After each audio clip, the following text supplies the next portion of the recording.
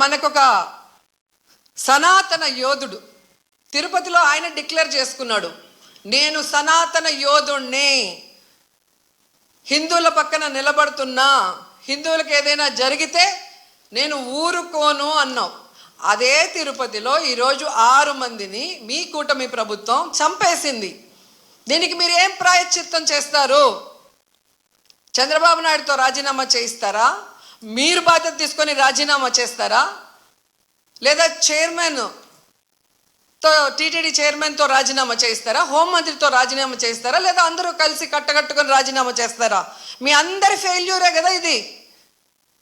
నిజమైన సనాతన యోధుడివైతే ఇప్పుడు రా, వచ్చి మీ ప్రభుత్వంలో ఎవరెవరి నిర్లక్ష్యం వల్ల ఇది జరిగిందో వారందరి మీద క్రిమినల్ కేసులు పెట్టించుకోండి. అంతేగాని ప్రమాదవశాత్తు జరిగిందని 194 BNSS పెట్టేసి చేతులు దులిపేసుకోవాలంటే మాత్రం వదిలే ప్రసక్తే లేదు అని కూడా ఈ సందర్భంగా తెలియజేసుకుంటున్నా. అండ్ చంద్రబాబు నాయుడు ఆయన లెగ్గు మహత్యం ఏంటో కానీ ఆయన ఎప్పుడు అధికారంలోకి వస్తే అప్పుడు ఈ రాష్ట్రంలో మనం ఎన్నో చావులు చూడాల్సి వస్తుంది. గతంలో గోదావరి పుష్కరాలు ఈయన పబ్లిసిటీ పిచ్చి వల్ల ఇలాగే గేట్లు తెరిచి జనాలు తోసుకొని ఒకరి మీద ఒకరు పడి 29 మంది చనిపోయారు. మొన్న ఈయన ముఖ్యమంత్రి అయిన వెంటనే ఈయన నిర్లక్ష్యం వల్ల, ఈయన వైఫల్యం వల్ల దాదాపుగా విజయవాడ వరదల్లో 60 మందికి పైగా చనిపోయారు. మళ్ళీ ఈరోజు చిత్తూరు జిల్లా కుప్పంలో ఉండగానే 6, 7, 8 ఉండి పోలీసులందరినీ తిప్పుకొని ప్రజల్ని గాలికి వదిలేశారు. మానిటరింగ్ లేదు. ఇన్ని లక్షల మంది వస్తున్నారు, వీళ్ళకి ఏం సదుపాయాలు చేశారు, వీళ్ళకి ఎలా టోకన్స్ ఇస్తున్నారు, ఎక్కడ క్యూ లైన్స్ ఇచ్చారు అనేది ముఖ్యమంత్రి పట్టించుకోడు, చైర్మన్ పట్టించుకోడు, ఎస్పీ, కలెక్టరు, అలాగే ఎండోమెంట్ మినిస్టర్ ఎవరు పట్టించుకోరు. బాగా జరిగితే ఏమో మా గొప్పతనం 30 ఇయర్స్ ఇండస్ట్రీ, 40 ఇయర్స్ ఇండస్ట్రీ అని గొప్పలు చెప్పుకుంటారు. లేదు అంటే గత ప్రభుత్వ వైఫల్యం లేదా అఫీషియల్స్ వైఫల్యం అని ఎప్పుడు ఎవరో ఒకరి మీద దుమ్మెత్తి తప్పించుకోవాలన్న ప్రయత్నం చేస్తున్నారు. ఇది సీరియస్గా తీసుకోవాల్సిన ఇష్యూ. ఈ చంద్రబాబు నాయుడు గారి వైఫల్యం వల్ల, అసమర్థ వల్లే ఈరోజు ఇంతమంది చనిపోయారు. ఆయన నియమించిన వాళ్ళు ఎవరైతే ఉన్నారో వాళ్ళందరి నిర్లక్ష్యం వల్ల జరిగింది. సో వెంటనే ఈ ఎఫ్ఐఆర్లు మార్చి తప్పు చేసిన వాళ్ళ మీద క్రిమినల్ కేసులు పెట్టాలి. లేకపోతే మేమైతే వైఎస్ఆర్సీపీ తరఫున భక్తులకి అండగా ఉండి ఆ చనిపోయిన కుటుంబాల తరఫున పోరాటం చేస్తాం. వాళ్ళకి కూడా ఎక్స్గ్రేషియా ఒక్కొక్కరికి మరి డబ్బులు 1 కోటి నుంచి 2 కోట్ల దాకా ఇవ్వాల్సిన అవసరం ఉంది. ఎందుకంటే మీ వల్లే వాళ్ళు చనిపోయారు, వాళ్ళ నిర్లక్ష్యం వల్ల కాదు. అలాగే గాయాలైన వాళ్ళకి 25 లక్షల రూపాయలు కూడా ఇవ్వాలని డిమాండ్ చేస్తూ, నిజంగా తిరుపతి అమ్మాయిగా నాకు నిజంగా చాలా బాధేస్తుంది. ఎందుకంటే నాకు తెలిసి ఇంతవరకు తిరుమల చరిత్రలో ఇలా వైకుంఠ ఏకాదశి కోసం దర్శనానికి వచ్చిన వాళ్ళు చనిపోయిన దాఖలాలే లేదు. అలాంటిది ఈరోజు 6 మంది దాకా చనిపోయారు అంటుంటే ఆ కుటుంబాలు టీవీల్లో చూస్తుంటే వాళ్ళు ఏడుస్తుంటే మనసు ద్రవించిపోతుంది. కానీ ఈ కూటమి ప్రభుత్వానికి ఏ ఎమోషన్ లేదు, ఏ బాధ లేదు. ఎలా తప్పించుకుందామా, ఎవరి మీద తోసేద్దామా అన్న ప్రయత్నమే వీళ్ళు చేస్తున్నారు. సో ఖచ్చితంగా మోడీ గారిని డిమాండ్ చేస్తున్నాం, మీరు దీని మీద సీరియస్గా ఎంక్వైరీ చేయించాలి. తప్పు చేసిన వాళ్ళ మీద క్రిమినల్ కేసులు పెట్టి వీళ్ళని లోపల పెట్టాలి.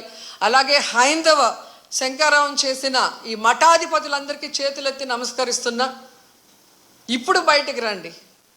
బయటకు వచ్చి ఈ హైందవ ధర్మాన్ని నమ్ముకున్న భక్తుల్ని కాపాడుకోవాల్సిన బాధ్యత మన మీద ఉంది.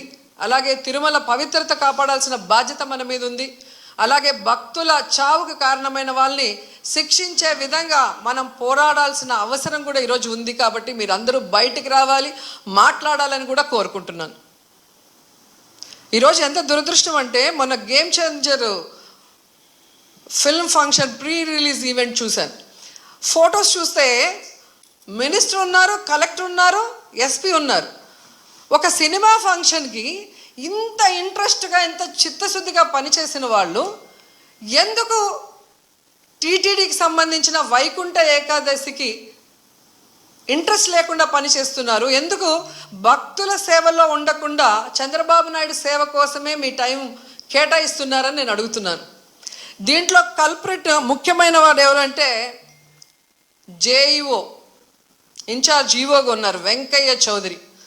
వెంకన్న దేవుడిని ఆయన చేతికి చంద్రబాబు నాయుడు ఇస్తే ఈ వెంకయ్య చౌదరి ఈ టీటీడీని ఏం చేస్తున్నాడో అక్కడ మీరు ఒకసారి ఎంక్వైరీ చేస్తే మీకే అర్థమవుతుంది. టీటీడీని ఈరోజు టీడీపీ ఆఫీస్ లాగా తయారు చేసి ఈరోజు భక్తుల సేవ కన్నా టీడీపీ వాళ్ళ సేవలోనే వీళ్ళు తరిస్తున్నారు. ముందు ఆ జేఈఓ వెంకయ్య చౌదరిని అక్కడి నుంచి తీసేస్తేనే ఆ తిరుమల ప్రక్షాళన అవుతుందని కూడా ఈ సందర్భంగా తెలియజేసుకుంటున్నా.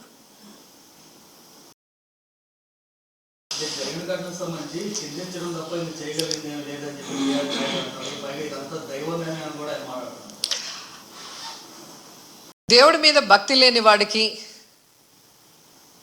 ఆ పోస్టు చేసే విలువ లేని వ్యక్తికి అలాంటి పెద్ద పోస్ట్ ఇస్తే ఇలాగే ఉంటుంది. ఆయన ప్రెస్ మీట్లు పెట్టి రాజకీయం మాట్లాడతాడు, జగన్ గారిని తిడతాడు. కానీ ఒక టీటీడీ చైర్మన్గా తన బాధ్యత ఏంటి, వైకుంఠ ఏకాదశికి ఎలాంటి ఏర్పాట్లు చేయాలి, ఈఓని ఎస్పీని కలెక్టర్ని కలుపుకొని కోఆర్డినేట్ చేసుకొని ఎలా వచ్చే భక్తులకి అన్ని సదుపాయాల్ని సేఫ్టీని అందించాలన్న ఆలోచన ఇతనికి లేదు. ఇన్సిడెంట్ జరిగినప్పుడు కూడా హైదరాబాద్లో కూర్చొని ఉన్నాడు.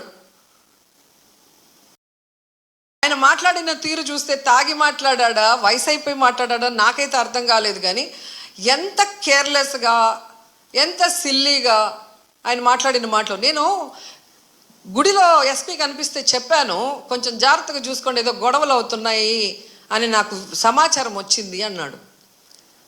మరి ఎస్పీకి చెప్పిన తర్వాత ఎస్పీ కరెక్ట్గా చూసుకుంటున్నాడా లేదా మానిటరింగ్ చేయాల్సిన బాధ్యత చైర్మన్కి బోర్డు మెంబర్స్కి ఉంది కదా. మరి నువ్వు హైదరాబాద్లో కూర్చుంటే తిరుపతిలో టికెట్లు ఏ కౌంటర్లో ఇస్తున్నారు, వాళ్ళకి ఏం సేఫ్టీ ఉంది, వాళ్ళకి ఏమి సౌకర్యాలు అందుతున్నాయో ఎలా తెలుస్తుంది మీకు? మంత్రి గారు, ఎమ్మెల్యే, చైర్మన్, పాలక మండలి, కలెక్టరు, ఎస్పీ వీళ్ళందరూ తిరగాలి తిరుపతిలో, తిరుమలలో ఎలా ఉన్న ఏర్పాట్లు, ఏమైనా అవసరం ఉందా అని చెప్పి అఫీషియల్స్ని కోఆర్డినేట్ చేసుకోవాల్సిన పని అధికారంలో ఉన్న వాళ్ళది. అలా చేసుకోకుండా అంతా దైవేచ్ఛ. నేను ముందే అనుకున్న ఎస్పీ గారికి చెప్పా, వినలేదు అంటే ఎవరిని ఇరికిచ్చి తప్పించుకోవాలనుకుంటున్నారో వాళ్ళే గమనించుకోవాలి. గతంలో టీటీడీ చైర్మన్లుగా పనిచేసిన వాళ్ళు కరుణాకర్ రెడ్డి గారు ఉన్నారు మనకు, అట్లాగే సుబ్బారెడ్డి గారు ఉన్నారు. ఎంత చక్కగా భక్తుల సేవలో వచ్చిన వాళ్ళకి అన్ని సౌకర్యాలు అందించి అందరూ కూడా దర్శనం చేసుకొని తరించే విధంగా ఎలా ఏర్పాట్లు చేశామో 5 ఏళ్ల కాలంలో భక్తులను అడగండి. వచ్చిన ఫస్ట్ ఇయరే మీరు ఈ విధంగా చేస్తే నెక్స్ట్ ఎలా వస్తారు భక్తులు? భయపడిపోరా? అంటే తిరుమలకి ఎవ్వరు రాకూడదు అన్నట్టుగా అప్పుడేమో ఏదో కల్తీ జరిగిందని అబద్ధపు ప్రచారం చేసి సుప్రీంకోర్టుతో అక్షింతలు వేయించుకున్నారు. ఇప్పుడు నిర్లక్ష్యంతో 6 మందిని చంపేసి అమ్మో కొండకెళ్తే ఏమన్నా అవుతుంది అన్నట్టుగా ఇప్పుడు తయారు చేశారు. అంటే తిరుమల పవిత్రతను దెబ్బతీయటానికి కంకణం కట్టుకున్నట్టుంది కూటమి ప్రభుత్వం.